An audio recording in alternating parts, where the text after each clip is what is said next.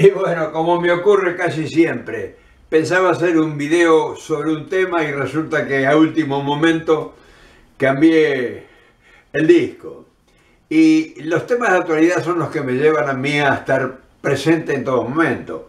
Entonces hoy dije, bueno, tengo que hacer algo que no sea político, porque todos los días golpear y machacar con lo mismo llega a cansar a la gente. Entonces hay que buscar alternativas que conduzcan a la formación de una mentalidad.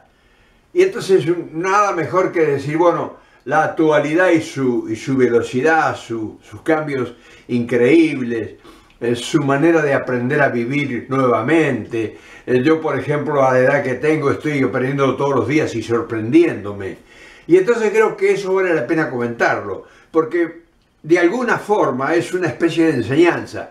Yo que vengo atravesando prácticamente casi un siglo y he visto transformaciones increíbles, pero comparo con las luchas de esos tiempos, las luchas y la adversidad que teníamos que vencer frente a la impotencia nuestra, por sea la pobreza o la clase social que componíamos nosotros, era muy difícil insertarla realmente en las grandes demandas populares o las grandes demandas selectas que a veces hacían y requerían nuestros servicios, nuestras capacidades. El exilio a mí me sirvió, después de haber estado con el general, los 2 años que estuve, emprender una nueva marcha por todo el continente americano. Y no hubo mejor manera para ganarse la vida honestamente que hacer lo que uno sabe hacer. Y claro, lo que yo sabía hacer era diseño, pintura, trabajo, retratos, en fin, todo lo que sea artístico. Y eso es una cosa que uno no requiere demasiado tiempo para instalarse en una sociedad, en una comunidad, en una ciudad y empezar a ganar dinero a los pocos momentos que tiene uno llegar. Uno que tiene capacidad para relacionarse públicamente con instituciones, con gente, en fin. Entonces hacía que uno sobreviviera y recorriera muchos países y conociera mucha gente. Esa etapa fue una etapa dura, porque fue una etapa difícil, porque había que ganar para alimentarse y además mandarle a la familia. O sea, yo tenía los viejos y tenía a mi hijo en la Argentina, y entonces no le podía fallar. Yo a veces me quedaba privándome de algo en una ciudad, en un pueblo, porque iba al correo a hacerle un giro por $100, $80, $50 a los viejos. O sea, todos los meses yo no podía fallarle. Pero ¿por qué les traigo esta relación? Porque era difícil en el arte, en aquellos tiempos, vivir, no digamos decentemente, sobrevivir. Ahora bien, eso fue en ese pasado donde yo acumulé experiencia y sabiduría, si es que algo me ha quedado. Pero la referencia que yo quería traer ahora es la manera de reinventarse uno con la modernidad. Hay gente que no quiere entender esto, es decir, gente que no es que no quiera entender, sino que no comprende el avance de los tiempos y permanece detenido en el tiempo. O sea, y cuando te detenés vos, en vez de avanzar, atrasás. Porque es como si vos plantaras un palenque en el camino, un árbol, y vos pasaras a una velocidad de 200 kilómetros por hora. No solo que el árbol ese se queda allá en el pasado, sino que cuando vos avanzás demasiado, ya lo perdés de vista. Es decir, en vez de avanzar, retrocediste. Eso nos ha pasado a nosotros en la política argentina. O sea, siendo grandes fuerzas, y vuelvo a la política, y no puedo escapar. Pero los ejemplos son válidos. Nosotros seguimos haciendo política como se hacía hace 70, 80, 100 años atrás. Y por eso no tenemos presencia, porque no sabemos utilizar la simbiosis de la potencia que significa entender los tiempos. Increíble, los tiempos te van diciendo, te lo van enumerando, y uno, claro, no está preparado o no tiene gente que le explique las cosas. Es que eso es lo más difícil, por eso yo siempre hablo de que no tenemos dirigentes. Pero la gente a lo mejor cree que no tenemos dirigentes, no tenemos un tipo que nos diga en una tribuna, no sé qué, que tenemos que hacer. Dirigente es aquel que te explica tu posición en relación a la realidad del mundo que está sucediendo. Un dirigente es una persona, es un tipo que está, o una mujer, que está más adelante entendiendo el fenómeno social que se está produciendo. Pero ya me estoy yendo por las ramas. El tema es este. Yo pintaba, porque ahí es la cosa, y para vender un cuadro, mamita querida, y te lo miraban, y te lo daban vuelta, no, y después cuando te gastaban, porque era la ansiedad de uno por la necesidad. Lo que te iba a producir ese cuadro significaba la comida, significaba la subsistencia de la que estaban a dar en la distancia, significaba vestirte algo, en fin. O era una realidad amarga, o sea, vos hacías no podías buscar un trabajo cualquiera, porque olvídate, en esos países te mandan a cavar zanjas y te pagan 10 centavos por día, o sea que no podés. Aunque quisieras trabajar, decir, bueno, en cualquier cosa de trabajo no, en cualquier cosa de trabajo no, porque tenés que competir con miles y miles de pobres que trabajan casi gratis por la comida. Entonces no podés buscar trabajo, tenés que inventarte algo para que sea superior a esas posibilidades. Te lo daban vuelta el cuadro para arriba, para abajo, y después decían, bueno, si quieres le doy tanto. ¿Y cómo hacía vos para decirle, no, vea, no? Entonces, fíjate vos, la humillación de la realidad, no del tipo ese que estaba especulando conmigo. La humillación de la realidad. ¿Qué te quiero decir con esto? Que esos tiempos eran difíciles para todas las sociedades, porque las sociedades no estábamos preparadas para enfrentar ese desafío vertiginoso. Yo andaba por el mundo. Si yo no hubiera andado por el mundo, tal vez yo estuviera pintando carteles o haciendo dibujos en Argentina. Pero yo me había impuesto un ritmo distinto de vida porque tenía otras perspectivas y tenía otras inquietudes, como lo tenía cualquiera de ustedes. Ahora bien, ¿por qué le he hecho toda esta perorata yo? Porque les voy a contar una historia real que es apasionante porque lo extraño, lo raro, lo difícil. Mi hija, la mayor, Maribel, dibuja y pinta. Muy bien lo hace, dibuja y pinta. Ella tiene ahora en Instagram, en Facebook, en fin, todos los mecanismos esos que tienen las comunicaciones hoy a través de internet, más o menos unos 20.000 seguidores, de los cuales todos los días entran a su página esos 20.000 y los amigos de ellos. O sea que hay un promedio de 30 a 35.000 personas que ven lo que ella pone en internet a través de las páginas que ella publica y que se ven en el mundo entero.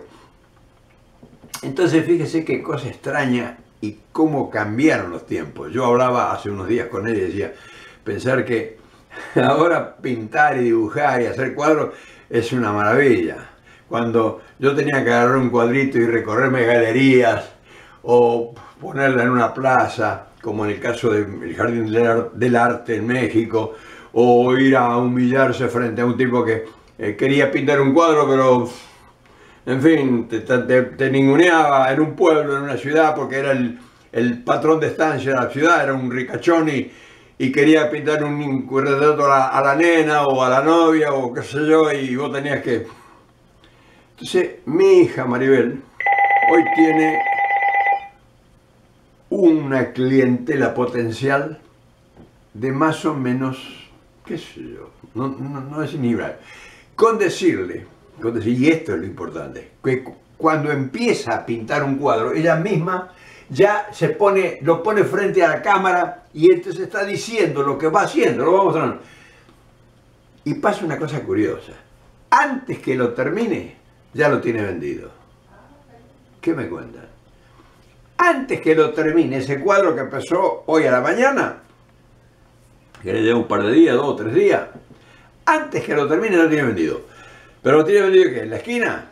¿Lo tiene vendido a unos amigos que estaban en el café con ella? No, los clientes son, fíjese, acá en Estados Unidos es una parte, pero vende, qué sé yo, 1 por semana, no sé cuánto, en Australia, Turquía, Inglaterra, Arabia Saudita, en Argentina tiene varios clientes en San Luis, en Mendoza, no sé, en Francia, en Gales, en Puerto Rico, en Filipinas. Los pinta, se los pagan,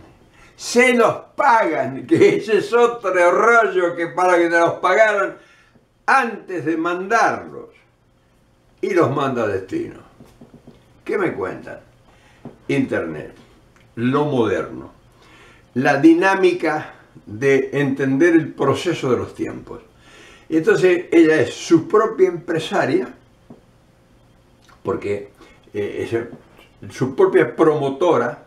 O sea, fíjese cuántas cosas concentra una persona con un instrumento de la última ciencia de la tecnología. Entonces, yo creo que esto era importantísimo comentarlo con ustedes, porque estamos frente a un mundo distinto. O sea, esto te muestra que el mundo es distinto. Yo en la revida de Dios hubiera podido vender un cuadro, qué sé yo, a 10 cuadras de mi casa. Y hoy se lo sacan de las manos cuando ya lo diseña. Pero apartémonos del tema arte. Te estoy dando la idea, el hilo, la intención de lo que significa la comunicación en este momento.